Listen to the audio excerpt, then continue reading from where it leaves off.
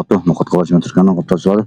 Бүгінгі күнгі 1 февраль 2026 жылы Ноқат районына қарасты Көкжар айлық үкіметінің 7 айлығына келіп, сол жерде Шайын деген балдарына сүннет тойына қарата волейбол беріп жатады.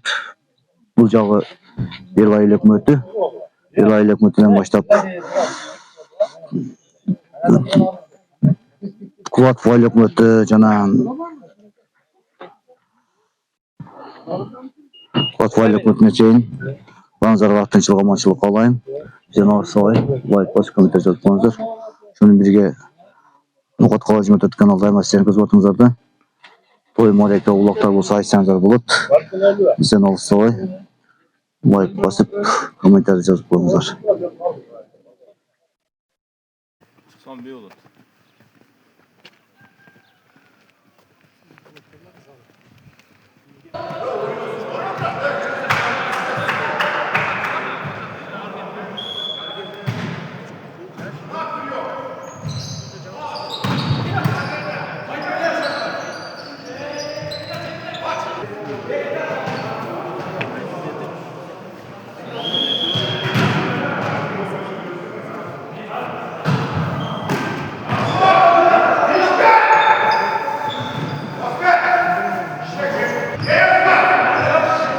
Hayrağa oyunu bakıyor.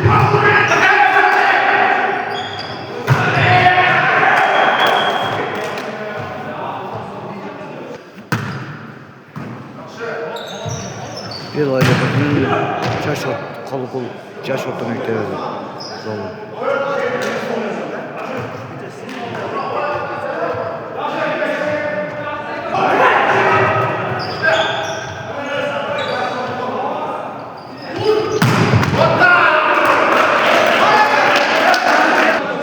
Bir aylık boyutunun kayrağa çayının töle sayılık boyutuna bakıyor. Aka karşı kanal. Ya YouTube'a çıkarasın. Töle filan kayrağa çeken.